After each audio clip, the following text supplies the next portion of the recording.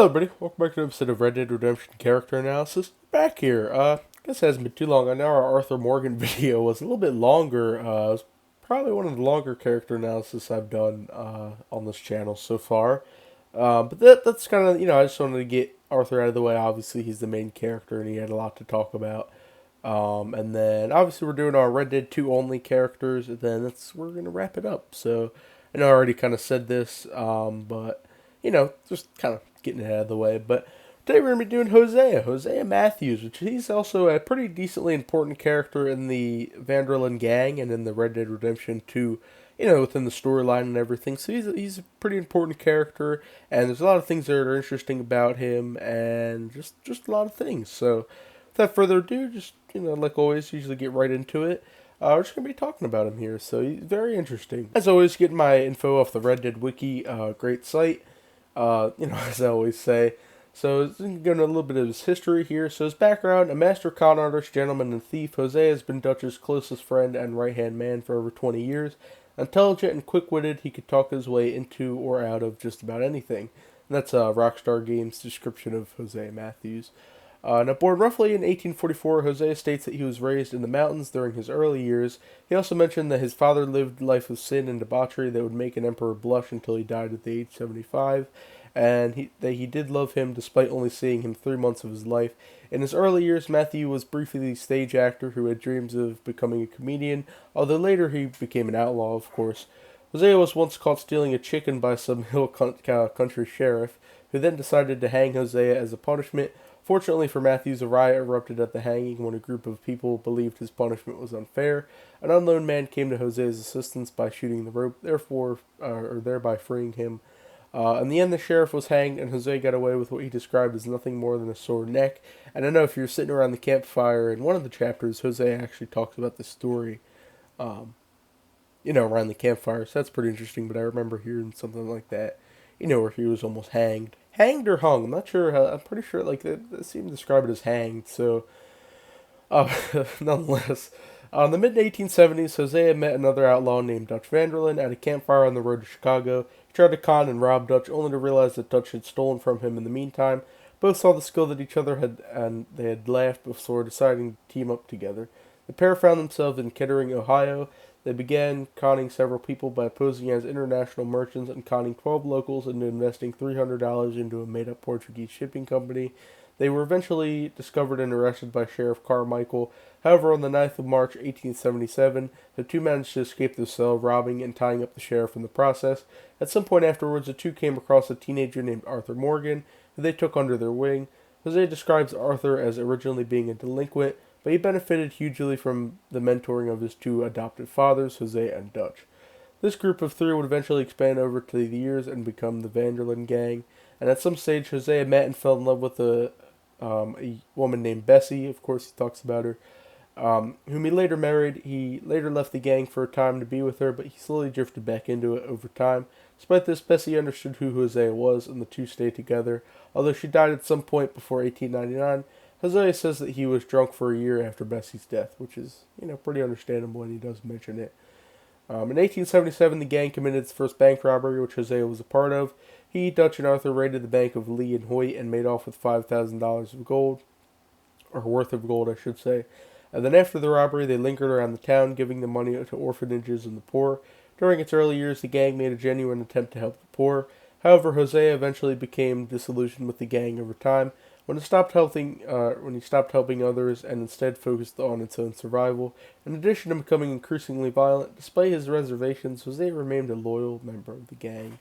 As of 1899, Hosea is both the most senior member of the gang and Dutch's lieutenant, intelligent and level-headed. Hosea regularly advises Dutch and is valued for his wisdom. As much as he shares similar ideals, he tends to favor peaceful methods for making money and is more pragmatic in his understanding of what lies in store for the gang. Then that's pretty much his, more or less his history. Then we're going to get into the events of the Red Dead Redemption 2. In the cter chapter, Hosea is first seen riding with Dutch on the wagon in his opening cinematic. He tells Dutch that they need to find shelter quickly and then points out Arthur up ahead. When they arrive at cter, Hosea is seen investigating a cabin after discovering that it is deserted. He tells the others to bring in mortally wounded Davy Callender inside. The following morning, Abigail begs Arthur to find John Marston, who has not returned after 2 days. After a slight argument, Hosea steps in and tells Arthur that they are all worried about him, before sending Arthur and Javier to go out and look for him. Then, along with Charles Smith, Hosea stays behind at the camp while the majority of the other gang members are attacking a nearby O'Driscoll hideout. He later voices his opposition of robbing the Cornwall train that Dutch has set his sights on. Pretty much he doesn't want Dutch to rob the Cornwall train, which is fair enough. And he is absent from the robbery, but he is then seen a few days later helping load up the wagons, preparing to leave Coulter. Upon arriving in New Hanover, Hosea and Arthur hang back to fix the wagon's broken wheel with the help of Charles. Hosea then points out the Native Americans' position atop the ridge and tells Arthur and Charles about their history, which leads to a discussion about Charles and later Arthur's upbringings. He later hands Arthur some ginseng and yarrow before reaching the new camp, which actually Hosea mentioned Horseshoe Overlook. Like, he knew Horseshoe Overlook in, like, the country a little bit, which I don't know if they'll touch up on that, but I just wanted to say that. So it's Hosea's idea to basically move down to Horseshoe Overlook. After setting up camp, Hosea can be seen wandering around camp doing various activities later. He gives Arthur a raven black shire horse, and the two go out hunting in Ambrino for a 1,000-pound bear. After nearly being attacked, him and Arthur either return to camp together or they will part ways. He also gives Arthur a map of legendary animals, which is actually this mission that when they go out hunting for the bear. That's the mission you guys are watching right now, as for the gameplay and whatnot. But soon afterwards, Hosea heads to Emerald Ranch in hope of finding a lead. Arthur finds him talking to Seamus, who asks Hosea to prove himself by stealing a stagecoach from Bob Crawford, his cousin by marriage. Despite hesitation from Arthur, Hosea accepts and the two ride to Carmody Dell. Upon arrival, the two observe that Crawford is in, and the player can decide to steal the stagecoach now or wait until night. If they decide to do it at day, Hosea will distract Bob Crawford and his son, while Arthur loots the house and steals the coach, or if they do it at night, Hosea will steal the stagecoach and Arthur will loot the house. After commandeering the stagecoach, the two take it back to Emerald Ranch and get paid $300 by Seamus, which is actually in that mission shows Hosea's conman wisdom at its finest. Pushing on, it's just funny how some of the stuff he's like the spines of America and whatnot. But after the shootout in Valentine, of course, Hosea strongly opposes Dutch's idea of moving east, arguing that the west is where they should be going. Despite Hosea's opposition, Dutch still goes ahead with the plan to move east, much to Hosea's dismay. Moving on to the Clemens Point chapter, which is really, I think, where Hosea shines the most as character. Then after arriving at the new camp, Hosea, Arthur, and Dutch go out riding, looking for a spot to go fishing. On the ride, they come across Sheriff Lee Gray and his deputy Archibald McGregor, who are seen transporting Trelawney and a group of young outlaws. Soon the outlaws escape, and Arthur recaptures them, leading to Trelawney's release at Dutch's request. If the player wishes, then Dutch, Hosea, and Arthur can go fishing. It's up to the player choice. On the fishing trip, the three reminisce about old times and eventually row back to camp after catching enough fish. Later, Hosea and Arthur attempt to sell the moonshine the gang stole from the Braithwaites back to Catherine Braithwaite. Despite being initially hostile, Mrs. Braithwaite agrees to purchase the liquor under the condition that Hosea and Arthur give the moonshine away at the local Gray-owned saloon. I'm sorry, I just kind of noticed. My voice is kind of messed up because I'm sick. If you notice that, maybe not. Obviously, sometimes I've had it in past videos where I've been sick. Sometimes my voice just doesn't sound very good, so I apologize for that. If you really do notice a difference, sometimes I do. I just feel I sound different. But I apologize for that if that's the case. Just because I just kind of heard it in my voice kind of there. But moving on, just to kind of get it out of the way. But Hosea and Arthur enter the saloon under the disguise of advertising. Again, Hosea showing his best con man ways. They successfully give the liquor away before they are interrupted by a group of Lemoyne Raiders. As a result, the two are forced to shoot their way out of the saloon and escape the town. Hosea continues bartering with Catherine Braithwaite for jobs to do for her in exchange for money. She eventually asks for the Gray family's tobacco fields at Caliga Hall to be torched. Arthur and Sean are sent to do this while Hosea continues to negotiate with Mrs. Braithwaite. Braithwaites eventually see through the gang's duplicity after finding out that it was they who stole the family's prize horses. It's kind of weird how that's spelled out. So they kidnap Jack Marston from the gang in revenge. Hosea accompanies the majority of the gang in one of my favorite missions in the game, the impending assault against Braithwaite Manor in hopes of finding Jack. And when they don't, that's when you kind of move on to the Saint Denis chapter. Soon after settling in at Shady Belle, Hosea attends the party at the mayor's residence. After the party, Bill remarks that the endeavor was a waste of time and that they didn't get any leads, but Hosea says that they found a lucrative one in the city bank. Later on, Dutch proposes capturing Angelo Bronte after he betrayed them by setting them up with a fake lead. Hosea objects on the basis of it being unnecessary and likely to attract attention to the gang, but Arthur casts a deciding vote against him, fortunately. But later, Hosea begins working on a plan to rob the bank in Saint Denis and eventually finds a suitable distraction for the gang to use. On the day of the bank robbery, Hosea manages to convince Dutch to use it and then gets sent ahead with Abigail with the task of sending it off. The distraction succeeds, setting off a loud explosion with a plume of smoke. However, while the remaining members of the gang are robbing the bank, Hosea is captured by Agent Milton despite Abigail managing to escape. Milton holds Hosea hostage outside the bank, proclaiming to Dutch that he is giving them enough chances. Milton then shoots Hosea in the chest, killing him instantly, and then says to Dutch that Hosea's death is their deal, angering both Dutch and Arthur. And that is the end of Hosea. Unfortunately, I feel like his death was real sad. It just kind of happened instantly and kind of unexpected. It was just real sad, and I feel like they could have probably built more on him. Like I feel like it would have been like obviously Arthur died towards the end, and I feel like Hosea's death could have been something like something. I feel like it could have been had more purpose. You know what I mean? Towards the end of the game, I feel like it could have been. I don't know. I just feel like Hosea could have been built on more upon a character because I feel like they did good with this character. With his story and whatnot. I just feel like he could have lasted longer within the Red Dead story, and I don't know. I just feel like it could have been different, and it was just really sad how he died. And a lot of bad things obviously went in that mission. That was a real turning point of the entire Red Dead story, the bank robbery. But it just kind of sucked how he died, and I feel like they could have just did more with him. But this is actually really cool that the wiki did. It shows basically the legacy of Hosea. Both the body of Hosea Matthews and Lenny Summers, who also died in the robbery, were eventually recovered by Charles and the remaining gang. During the absence of Dutch, Arthur, Micah, Bill, and Javier and Guarma, they were both buried together in Blue Water Marsh. Without Hosea's counsel, Dutch's decision-making became increasingly erratic, as he would continuously take unnecessary risks with his plans grew more and more unrealistic, which is actually cool. I appreciate that the wiki did. They kind of did like a summary of how much Hosea's death meant to the story of Red Dead and like how it really changed the gang, which I really appreciate they did because I agree. I think Hosea's death, like I was saying, it could have been very different if he didn't die, but it really shows like how much his legacy and him dying affected the story, overall. So I think it's cool that they did that. Moving on in his legacy, his death also had a hard impact on Arthur, who expressed to Charles that he missed Hosea's wisdom. To make matters worse, while Arthur leaving increasingly doubtful towards him, Dutch ended up allowing Micah to take Hosea's former spot as his right-hand man, who would also end up being more of a yes man to all of his wild ideas rather than an effective character. And I don't always do this. It kind of depends on how long the actual character analysis is. There's just some extra stuff that's on the wiki with like every character. But I usually, it kind of depends on how long it is, how long the actual character analysis is. But usually I'll go over some extra stuff here on the wiki. So Hosea's character, or his personality, Hosea is an intelligent outlaw in touch with his wits. Having worked as a con artist and thief for over 2 decades, he appears to be a slick talker, using his brains to get into and out of any situation in hand. Unlike Arthur or Dutch, Hosea prefers not to use violence as a means of obtaining money.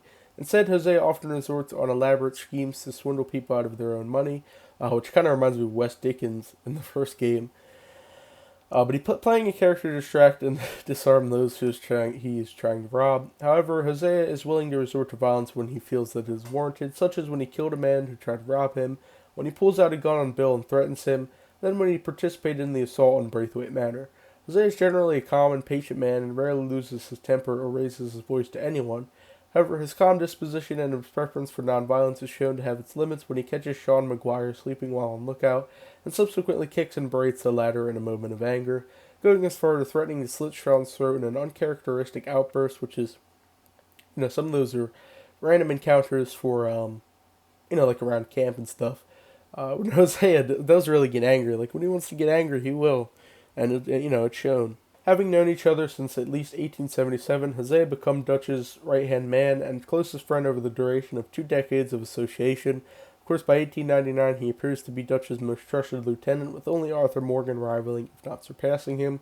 Over the course of the game, his relationship with Dutch is somewhat tested, as Dutch's increased brashness and violence begin to clash with Hosea's preference for non-violence. Of course, that's shown. Hosea seems to have much more remorse for his past actions in life, and how he hurt people. In a conversation with Dutch, he says that the gang has turned into just a bunch of killers. He comments on how he dislikes both the killing and himself for putting up with the story that he tells around the campfire, of course. Like Dutch, the gang seems to view Hosea as sort of a fatherly figure. Hosea is one of the few members of the Van Vanderlyn gang that seems to be respected by all of its members, except by Micah Bell, which, that's par for the course. And he openly dislikes him. He views it as more of a level-headed leader than Dutch, while Arthur even remarking in his journal, although Arthur loves Dutch like a father, he loves Hosea even more.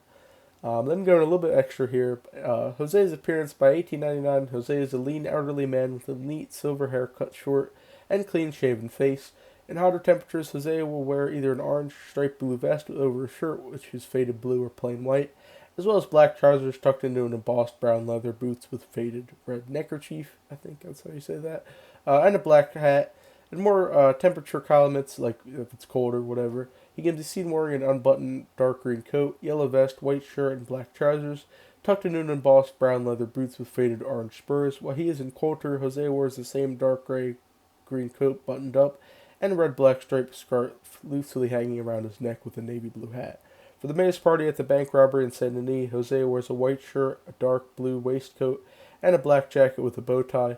In terms of weaponry, he owns 2 custom Cattleman revolvers with bone grips and steel frames, which is pretty cool, both of which are in a reverse position with their holsters grips pointing forwards, designed for cavalry draw. In his younger days, as seen as a photo featuring him, Dutch and Arthur Jose appears to have a light blonde or white hair and wore a white shirt with darker colored jacket over to it. And that's pretty much Hosea's character analysis. I know I went over a little bit extra, which sometimes I'll do, again, like I said, depending on how long the actual character analysis is. But that's Hosea. I really enjoy Hosea. He's a very interesting character. Like I said, I kind of wish they could have built more upon him, more or less. I wish he could have lasted longer in the story. But unfortunately, his death was really sad, and they didn't do that. But he was just a very interesting character, wise beyond his old years, and I think he could have really been the saving grace for the gang. And it's really, there's a lot of what ifs, like if Hosea survived, how different would the ending of Red Dead Redemption would have been? Would Dutch have gone crazy still, with Hosea by his side? Would he have handled it? That's all obviously left up to interpretation and what ifs, but it just could have been very different. But I like Hosea, and like I said, he's also a very important character to the Red Dead story, even if he died off so early on. But I like Hosea. He's one of my favorite characters in Red Dead 2, amongst others, and I wanted to make a character analysis on him. Just because he's my favorite character. He's also, again, very important to the story. I really enjoy his company and some of the stuff he says. He's pretty funny, but he's also a very serious character, and, stuff he does, he helps the gang out a lot. Of course, he's one of the elders of the gang, as mentioned. But yeah, I really enjoy Hosea. Just to kind of, let you guys know what I think of him. I like Hosea, and make sure to leave a comment down below what you think of Hosea, if you like him, if you don't like him, dislike him, whatever it is, or if you do like him, leave a comment down below and why, or like why you dislike him, or why you do like him, his character, personalities, whatever it is, leave it, all that comment down below as usual. I enjoy seeing that. Also, the usual stuff, feedback, all that stuff, the usual stuff that I like to see. But yeah, really progressing on with this Red Dead character analysis. I got big plans for more character analysis, with different games, but just really wanted to be thorough with Red Dead 2 and Red Dead 1, because they are one of my favorite games of all time. So just a few more characters here in Red Dead 2 only, obviously. I just want to be thorough, make sure I went over everything I wanted to do, so, like every character and everything. But yeah, that'll pretty much wrap it up for today's video. Make sure to subscribe for more content, like the video, all good stuff, Discord, Twitch, Instagram, links in the description as always. With all that being said, I will see you guys in the next video.